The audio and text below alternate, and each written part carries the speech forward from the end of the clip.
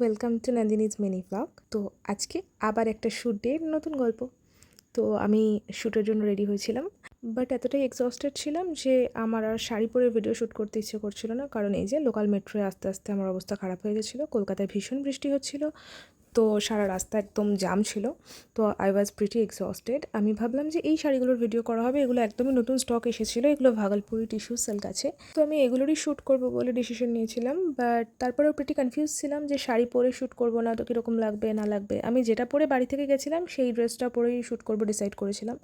তো আমাকে এরকম একদম পেচির মতো দেখতে লাগছিলো because I was pretty exhausted.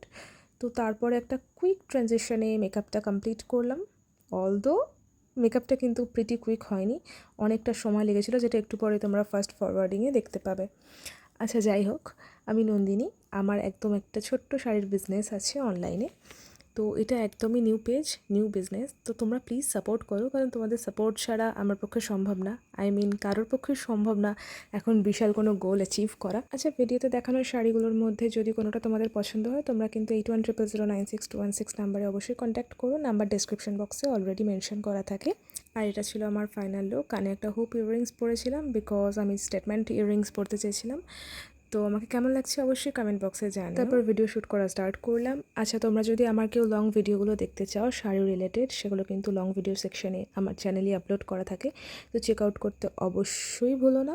আজকে শাড়িগুলো কিন্তু ভীষণ সুন্দর ছিল, মানে কমফর্টেবল ছিল। তারপরেও আমি ভীষণ এক্সস্টেড হয়ে গেছিলাম, কারণ সত্যি বলতে আমি যেখান থেকে শ্যুট করি ওখানে এসি এখনও আমি নিতে পারিনি, আর ফ্যানের প্রচণ্ড নয়েজ হয়, সুতরাং ফ্যান আমাকে অ্যাজ অলওয়েজ অফ রাখতে হয়। তাই আমি ভিডিও করার পর একদমই এক্সস্টেড হয়ে যাই। যাই হোক, এরকম ছিল আমার সারা দিনটা। কেমন লাগলো অবশ্যই জানিও। চ্যানেলটা সাবস্ক্রাইব করো, ভিডিওটা ভালো লাগলে একটা লাইক করো। Thank you.